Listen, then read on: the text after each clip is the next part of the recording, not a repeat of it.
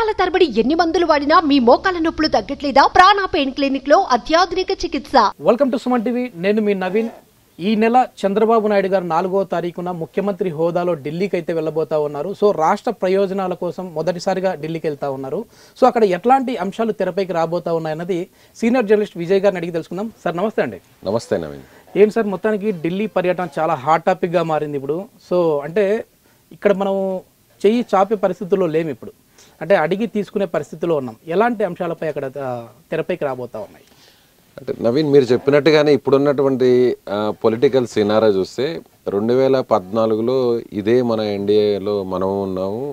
జనసేన అప్పుడు కంటెస్ట్ చేయలేదు, అవుట్ రైట్కి సపోర్ట్ చేశారు. టీడీపీ గవర్నమెంట్ ఉంది, ఎన్డీఏనే గవర్నమెంట్ ఫామ్ అయింది. అయితే సొంత మెజారిటీతోనే బీజేపీ సొంతంగా ఆ సీట్లను సాధించింది. కాబట్టి మనకి ఇవ్వాల్సినటువంటి ఏదైతే ఇచ్చినటువంటి హామీలు ఉన్నాయో వాటన్నిటిని కూడా పూర్తి స్థాయిలో అప్పుడు ఇవ్వలేదు. నిధులకు సంబంధించి కావచ్చు, పోలవరానికి సంబంధించి కావచ్చు, అమరావతి రాజధానికి సంబంధించి కావచ్చు, అలాగే చాలా పెండింగ్ ప్రాజెక్టులన్నీ కూడా, అలాగే ప్రత్యేక హోదా విషయం అంతా కూడా అది అయిపోయిన అధ్యాయం. అలాగే రైల్వే జోన్ గురించి కావచ్చు, ఇవన్నీ కూడా చాలా రకాల పెండింగ్ సమస్యలు అలాగే ఉండిపోయి సో ఇచ్చినటువంటి హామీలని నెరవేర్చలేదని అప్పుడు టీడీపీ కూడా ఎన్డీఏల నుంచి బయటకు వచ్చేసినటువంటి పరిస్థితి. ఆ తర్వాత మళ్ళీ కూడా 2019లో కూడా ఎన్నికలు జరిగాయి. వైసీపీ గవర్నమెంట్ ఇక్కడ వచ్చింది, మెజారిటీ సీట్లను కూడా సాధించగలిగింది. దాదాపు ఒక 22 స్థానాల్లో అప్పుడు వైసీపీ గెలుపొందింది. కానీ అప్పుడు కూడా సొంతంగానే అప్పుడు కూడా బీజేపీ ఒక మ్యాజిక్ ఫిగర్ను సాధించడం, సొంతంగానే బీజేపీ సీట్లను సాధించడం. అప్పుడు ఎన్డీఏలో ఎవరూ లేరు కాబట్టి సో జగన్మోహన్ రెడ్డి గారు కూడా ఒక మాట అన్నారు, అందరికీ బాగా గుర్తుంది. అంటే వాళ్లకు మన అవసరం లేదు కాబట్టి వాళ్ళు ఇచ్చినప్పుడే మనం తీసుకోవాలన్నారు.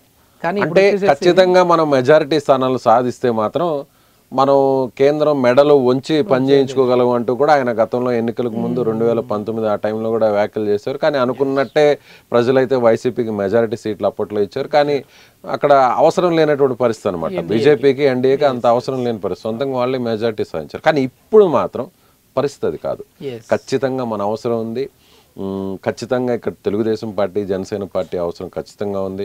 మొత్తం 16 సీట్లు తెలుగుదేశం పార్టీ గెలుపొందడం జరిగింది, 2 సీట్లు జనసేన గెలిచింది, 3 సీట్లు బీజేపీ గెలిచింది ఎంపీ స్థానాల్లో. సో కేవలం బీజేపీ 240 స్థానాలకు మాత్రమే జాతీయ స్థాయిలో అక్కడ పరిమితమైంది. అంటే మ్యాజిక్ ఫిగర్కి దాదాపుగా ఒక 30-32 సీట్లకి దూరంలోనే ఆగింది. కాబట్టి ఖచ్చితంగా తెలుగుదేశం సపోర్ట్ అనేది జనసేన సపోర్ట్ చాలా కీలకం. మనతో పాటు జేడీయూ కూడా ఉంది, నితీష్ కుమార్ యాదవ్ పార్టీ కూడా ఉంది.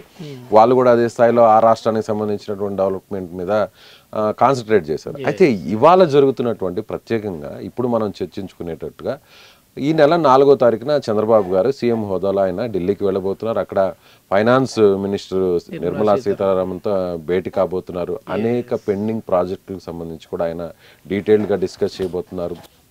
ముందు కేంద్రానికి సంబంధించినటువంటి బడ్జెట్ రూపకల్పన అనేది ఇప్పుడు ప్రస్తుతం జరుగుతుంది. సో లోక్సభలో ఎవరైనా అధికారంలోకి వచ్చినట్టు, శాసనసభలో అయినా లోక్సభలో అయినా అధికారంలోకి వచ్చినటువంటి వెంటనే బడ్జెట్ను ప్రవేశపెట్టేటువంటి పరిస్థితి ఉంటుంది. అయితే ఈ బడ్జెట్లో మన రాష్ట్రానికి ఎలాంటి కేటాయింపులు ఉండబోతున్నాయి, ఎలాంటి ప్రాజెక్టులకి నిధులు రాబోతున్నాయి, కొత్త ప్రాజెక్టులు ఏమన్నా రాబోతున్నాయా, అలాగే పెండింగ్లో ఉన్నటువంటి ప్రాజెక్టులకి నిధులు ఇవ్వబోతున్నారా, అందులో ఇచ్చినటువంటి నిధులు ఏ స్థాయిలో కూడా ఉండబోతున్నాయి, ఇవ్వబోయే నిధులు అనేది కూడా ప్రధానంగా ఇప్పుడు పెద్ద ఎత్తున చర్చ జరుగుతుంది. అమరావతి డెవలప్మెంట్ చాలా దృష్టిలో పెట్టుకుని ఉన్నట్లుగా తెలుస్తామని సార్. ఖచ్చితంగా నవీన్, అంటే ప్రధానమంత్రి హోదాలో ఆయన గతంలో ఆయనే శంకుస్థాపన చేశారు అమరావతికి. కానీ పరిస్థితికి తగ్గట్టుగా మనకి అనుకున్న స్థాయిలో నిధులు రాలేదు. అయితే కేంద్ర సంస్థలన్నీ కూడా అక్కడికి రావడం జరిగింది. కొంతమేరకు కొన్ని సంస్థలు అక్కడికి వచ్చి ఎయిమ్స్ లాంటివి చాలా కూడా రావడం జరిగింది. నిర్మాణాలన్నీ కూడా పూర్తయ్యేటువంటి పరిస్థితి వచ్చింది. అయితే ఇంకా కొత్తవి ఎలాంటి ప్రాజెక్టులు రాబోతున్నాయి. ఇప్పుడు మీరు అన్నట్టుగా అడిగే స్థితిలో కాకుండా తీసుకునేటువంటి స్థితిలో మనం ఉన్నాం. మనం కూడా క్యాబినెట్ విషయంలో కూడా ఎక్కడ పెద్దగా మనం ఏం డిమాండ్స్ చేయలేదు. మనకి 2 కానీ 3 కానీ 4 కానీ ఇచ్చే పరిస్థితి కూడా ఉంది మనకి మంత్రి పదవుల విషయంలో. కానీ ఎక్కడ కూడా మనం డిమాండ్ చేసినటువంటి పరిస్థితి చంద్రబాబు గారు. ఎందుకంటే కేవలం రాష్ట్ర ప్రయోజనాల కోసమే పూర్తి స్వేచ్ఛను మోడీ గారికి ఇవ్వడం జరిగింది, బీజేపీకి పూర్తి స్వేచ్ఛను లోక్సభలో ఇవ్వడం జరిగింది, కేంద్రంలో పరిపాలన కొనసాగించడానికి పూర్తి స్థాయిలో వాళ్ళ నిర్ణయం మేరకే ఇవ్వడం జరిగింది. కేంద్ర విమానయాన శాఖ అంటే వారిచ్చినటువంటి శాఖని మనం తీసుకోవడం జరిగింది రామ్మోహన్ నాయుడు గారికి. అలాగే సహాయక శాఖ మంత్రిగా పెమ్మసాని చంద్రశేఖర్ గారు తీసుకోవడం జరిగింది. ఎక్కడ కూడా మనం ఈ శాఖలు మాకు కావాలని లేదా ఇంత సంఖ్యలో మాకు మంత్రి పదవులు కావాలని ఎక్కడ కూడా చంద్రబాబు గారు ఎక్కడ కూడా డిమాండ్స్ పెట్టినటువంటి పరిస్థితి లేదు. ఆయన కాన్సన్ట్రేషన్ అంతా కూడా చూస్తే కేవలం రాష్ట్ర అభివృద్ధి జరగాలి, అనుకున్న స్థాయిలో కేంద్రం నుంచి నిధులు తీసుకురావాలి. ఇప్పుడున్నటువంటి పరిస్థితుల్లో ఖజానా మొత్తం పూర్తిగా డ్రై అయిపోయింది, ఖాళీ అయిపోయింది. రాష్ట్రం ఒక రకంగా చెప్పాలంటే పూర్తి స్థాయిలో వెనక్కి వెళ్ళిపోయినటువంటి పరిస్థితి, కొత్తగా ప్రాజెక్టులు వచ్చేటువంటి పరిస్థితి లేదు. వీటన్నిటినీ కూడా మార్చాలి అని అంటే ముందు రాజధాని రెడీ చేయాలి. అలాగే మన రాష్ట్రానికి సంబంధించి కూడా ఒక వరం లాంటి పోలవరాన్ని ఇమీడియట్గా కూడా పూర్తి చేసుకోవాల్సినటువంటి అవసరం ఉంది. అయితే పోలవరానికి సంబంధించి కూడా ఇప్పటికీ అది కూడా ఒక తిరోగమనంలో పడినటువంటి పరిస్థితి. ఎందుకంటే పోలవరం కూడా గతంలో వచ్చినటువంటి వరదల వల్ల ఆ డయాఫ్రమ్ వాళ్ళు దెబ్బతిన్నటువంటి పరిస్థితి. దానికి కూడా కొన్ని వేల కోట్ల రూపాయల నిధులు అయితే అవసరం ఉంది. ఇప్పుడు కూడా ప్రాజెక్టుకి సంబంధించి ఎప్పటి లోపల పూర్తవుతుంది, అసలు ఏం జరిగింది, దాన్ని ఎలా తిరిగి ఆ డ్యామేజ్ని కంట్రోల్ చేయాలి, ఎలా రిపేర్ చేయాలనేది కూడా ఇంకా పూర్తిగా క్లారిటీ రాలేదు. దానికి సంబంధించి కూడా నిపుణుల కమిటీ వచ్చింది, అధ్యయనం కూడా చేయబోతున్నారు.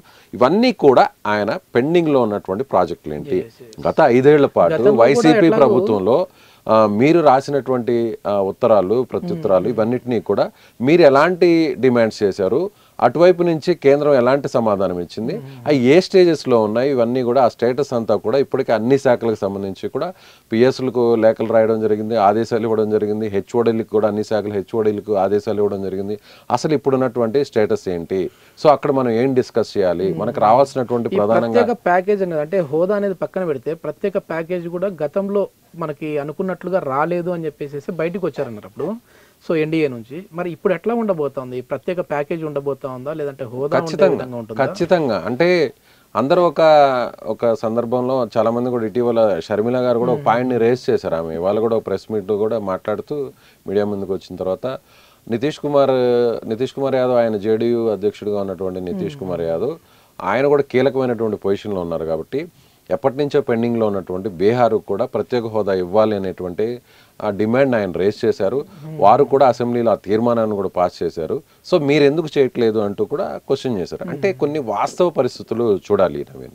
ఇప్పుడున్నటువంటి సిచ్యువేషన్లో ప్రత్యేక హోదా ఇచ్చే పరిస్థితి లేదు. దాంట్లో అది అవునన్నా కాదన్నా జరిగేటువంటి పరిస్థితి మాత్రం అసాధ్యం. సో ప్రత్యేక హోదా కంటే కూడా ప్రత్యేక ప్యాకేజీని తీసుకురావాలనేది కూడా మొదటి నుంచి తెలుగుదేశం పార్టీ చెప్తుంది. ఆ తర్వాత వైసీపీ కూడా ప్రత్యేక హోదా సాధిస్తాము, ఎక్కువ సీట్లు వస్తాయని చెప్పింది. కానీ జరిగిందంటే ఏమీ లేదనేది మనం చెప్పాలి. అయితే ఇప్పుడున్నటువంటి పరిస్థితుల్లో ఎక్కువ సంఖ్యలో ఎక్కువ శాతం నిధులు కానీ మనం తీసుకురాగలిగితే, ప్రాజెక్టులన్నీ కూడా మనం తెచ్చుకోగలిగితే మెజారిటీలో, సో ఖచ్చితంగా రాబోయేటువంటి 2 సంవత్సరాల్లో అభివృద్ధి అనేది స్టార్ట్ అవుతుంది. సంబంధించిన కంపెనీస్ రావాలి సార్, మెయిన్ 100% కంపెనీస్ కావచ్చు, లేదంటే విద్యా సంస్థలు, రహదారులు కావచ్చు, రైల్వే ప్రాజెక్టులు కావచ్చు, అన్ని రకాలుగా అంటే కేంద్రం నుంచి ఇచ్చేటువంటి ప్రతి పనిలో కూడా ప్రతి ఫండ్లో కావచ్చు, ప్రతి ప్రాజెక్టులో కావచ్చు మెజారిటీ షేర్ని మనం ఏపీ కానీ దక్కించుకోగలిగితే, ఎవరు ఊహించిన విధంగా అయితే మాత్రం అభివృద్ధి అనేది ఆ బండి అనేది స్టార్ట్ అవుతుందని మాత్రం ఖచ్చితంగా చెప్పచ్చు. ముందు నుంచి కూడా ఎట్లాగో చంద్రబాబు గారు చెప్తా ఉంటారు, అభివృద్ధి సంక్షేమం రెండు కళ్ళ లాంటివి. సో రెండు కూడా సమపాలలో వెళ్ళాలని చెప్పేసి చూద్దాం సార్. మరి రాబోయే రోజుల్లో ఇంకా దీనికి సంబంధించి 4వ తారీఖు మీటింగ్ అయిన తర్వాత రావాల్సిన అంటే కేంద్రం బడ్జెట్ రూపకల్పన జరుగుతుంది కాబట్టి మీకు ఎలాంటి ప్రాజెక్టులు కావాలి, అలాగే మీకున్నటువంటి పెండింగ్ సమస్యలు ఏంటి, ఆ నిధులకు సంబంధించినటువంటి కొరత ఎలా ఉంది, ఇవన్నీ కూడా ఫైనాన్స్ మినిస్టర్ తో సంబంధించి కూడా ఏమైనా చర్చకు వచ్చే విధంగా ఉంటుందా అండి? ఖచ్చితంగా. అంటే అన్ని అంశాలు ఒకేసారి తెర మీదకి వచ్చే పరిస్థితి ఉండకపోవచ్చు, కానీ ఆల్మోస్ట్ ఒక్కొక్క దాని మీద క్లారిటీకి వచ్చేటువంటి అవకాశం ఉంది. ఇమీడియట్గా అమరావతిని స్టార్ట్ చేయాలి, ఫండ్స్ లేవు అమరావతికి. అలాగే నిధులను సమకూర్చడం కోసం అటు కేంద్రం ఇచ్చేటువంటి నిధులతో పాటుగా చంద్రబాబు నాయుడు గారు కూడా ఒక ప్రత్యేకంగా ఆయన ఒక అధ్యయనం చేయబోతున్నారు, నిధుల సమీకరణ చేయబోతున్నారు. ఆ సంస్థల నుంచి, ప్రైవేట్ సంస్థల నుంచి, అలాగే విదేశీ సంస్థల నుంచి కూడా పెట్టుబడుల్ని ఆకర్షించి ఆయన ఒక నిధి లాంటిది సమకూర్చి దాని ద్వారా అమరావతి రాజధాని నిర్మాణాన్ని స్టార్ట్ చేయాలనేది ఆయన చేస్తున్నటువంటి ఆలోచనగా తెలుస్తుంది.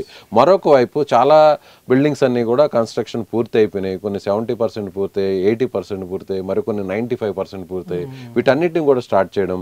ఆల్రెడీ తాత్కాలిక సచివాలయం, తాత్కాలిక శాసనసభలోనే ప్రస్తుతం మనకి అక్కడ కార్యకలాపాలన్నీ నడుస్తున్నాయి. ఈసారి పర్మనెంట్ స్ట్రక్చర్ అనేది మాత్రం ముందుగా స్టార్ట్ చేయాలి. దానికి ఖచ్చితంగా కావాలంటే ఏ పని చేయాలన్నా మనీ, ఏ పని కావాలన్నా కూడా మనీ. ప్రస్తుతం మనకు ఆ ఖజానా అయితే మాత్రం కొంత ఖాళీగా ఉంది కాబట్టి ఈ కేంద్రం ఇప్పుడు ఇచ్చేటువంటి సహకారం మీదే ప్రధానంగా మనం ఇప్పుడు ఆధారపడాల్సినటువంటి పరిస్థితి ఇప్పుడున్నటువంటి సిచ్యువేషన్. చూద్దాం సార్, ఏపీకి మంచి రోజులు రాబోతా ఉన్నాయి అన్నట్లుగానే కనపడతా ఉంది. సో ఆ మంచి రోజులు మరి త్వరగా వస్తాయా, ఆలస్యం అవుతాయా అనేది అయితే వేచి చూద్దాం. థ్యాంక్ యూ అండి. రైట్ నవీన్. సుమన్ టీవీలో మీ పర్సనల్ అండ్ బిజినెస్ ప్రమోషన్స్ కోసం కింది నెంబర్కి కాంటాక్ట్ చేయండి.